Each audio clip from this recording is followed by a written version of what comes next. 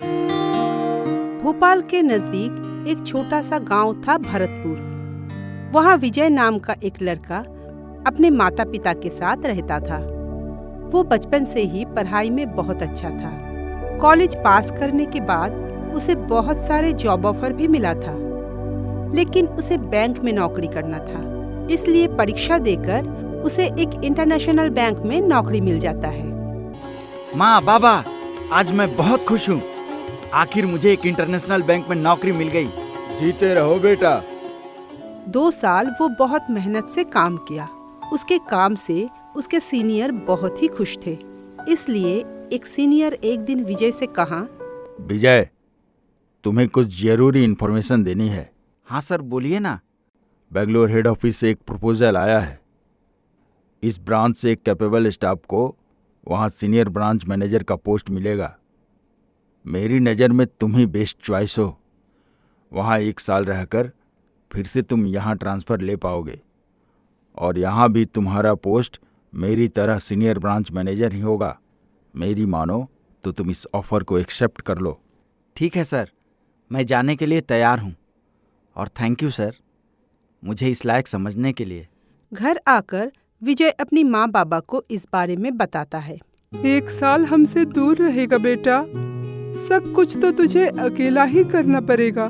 माँ, तुम चिंता मत करो, मैं अपना ध्यान ठीक से रख लूँगा। फिर भी बेटा, माँ को चिंता होती ही है। फिर विजय फ्लाइट पकड़कर बेंगलुरु पहुंच जाता है। फिर दूसरे दिन वो ऑफिस गया तो देखा उसका ये ब्रांच उसके भोपाल वाले ब्रांच से बहुत ही बड़ा है। इतनी बड़ी ऑफिस अक्सर छोटे शहरों में नहीं दिखता है। विजय वहाँ सीनियर ब्रांच मैनेजर के पोस्ट पर ज्वाइन किया। वहाँ के स्टाफ विजय को बहुत अच्छा वेलकम भी किया। फिर वो अपने घर में कॉल किया। माँ, ये ऑफिस बहुत बड़ा और बहुत सुंदर है। तू खुश है तो हम भी खुश है बेटा। कुछ दिन काम करने के बाद एक दिन एक लड़की विजय के अंडर जूनियर पोस्ट पर ट्रांसफर होकर आती है। उस लड़की का नाम थी उदय। वो बहुत खूबसूरत और इंटेलिजेंट थी। उदय की इंटेलिजेंसी और शांत स्वभाव विजय को आकर्षित करने लगा। उदय जी, आप जरा ये फाइल चेक करके लाएंगे प्लीज। Yes sir. आपके ऊपर ज्यादा प्रेशर तो नहीं पड़ रहा है? No sir, not at all. It's my duty. Don't worry, I will manage. ऐसे ही चल रहा था। एक दिन उस ऑफिस में एक फेस्टिवल का आयोजन किया गया। वहाँ सभी ऑफिस स्टाफ को इनवाइट किया गया। विजय सज धज कर वहाँ आया। उदय और उसके बाकी स्टाफ भी वहाँ आए थे, पर उदय बाकियों से कुछ अलग लग रही थी, क्योंकि वो पूरी ट्रेडिशनल साउथ इंडियन ड्रेस पहनकर आई थी। सभी उदय को देख रहे थे। विजय की नजर भी उस पर पड़ा और वो खुद को रोक नहीं पाया और उदय से जाकर बातें करने लगा। उस दिन के बाद से विजय के दिल में उदय के लिए प्यार बढ़ने लगा। कुछ दिन जाने के बाद एक दिन विजय उदय को अपने दिल की बात बता देता है। उदय, आप अगर बुरा ना मानो तो एक बात कहें आपसे? Sure sir, please tell me. जी, हम आपसे कहना चाहते हैं कि हम आपको अपनी जूनियर से कुछ ज़्यादा ही समझने लगे हैं। आपके लिए स्पेशल फीलिंग रखते हैं। क्या आप मेरी जीवन संगिनी बनेंगी? व्हाट? माइंड मत कीजिए, पहले दिन से आप मुझे बहुत पसंद आए थे। क्या आप हमें एक चांस देंगी? लेकिन उदय इसका कोई जवाब नहीं देती और मायूस होकर खड़ी रहती है। क्या हुआ उदय? क्या आपको मैं पसंद नहीं? अगर ऐसी बात है तो भूल जाइए इस मैटर को। तब उदय ने कहा, मैं आपको पसंद करती हूँ सर, लेकिन माय फैमिली लव मैरिज के खिलाफ है एंड माय फादर पहले से एक लड़के को देख रखा है। अगर आप कहें तो आज ही आपकी जिम्मेदारी लेने को हम राजी हैं। बाकी आप हम पर छोड़ दीजिए। I need some time to think sir. 2 दिन सोचने के बाद उदय भी विजय को हाँ कर देती है और वो दोनों चुपके से अपने कुछ कॉलीग के मदद से रजिस्ट्री मैरिज कर लेती है। लेकिन किसी को इस बारे में कुछ पता नहीं लगता। फिर 1 साल बीत जाता है।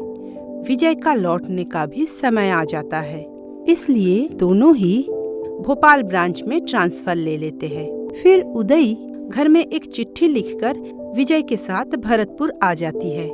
घर लौटने के बाद जब विजय के घर वालों को ये सब पता चला, तब उसकी माँ बोली, तू हमसे बिना बताए शादी कर लिया, और मैं जो लड़की तेरे लिए देख रही थी उसका क्या?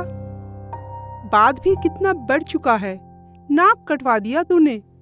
पर माँ, तुम हमसे एक बार तो पूछ लेती। मुझे क्या पता था कि तू ऐसे शादी करके ले आएगा। तो ऐसा तो नहीं था इस लड़की ने ही तुझसे जबरदस्ती शादी की होगी? माँ, कैसी बात कर रही हो तुम? हम उससे प्यार करते हैं और मैंने अपनी मर्जी से उदय से शादी की है। सुशीला, जो हो गया उसे बदला नहीं जा सकता। तुम बहू को स्वीकार कर लो।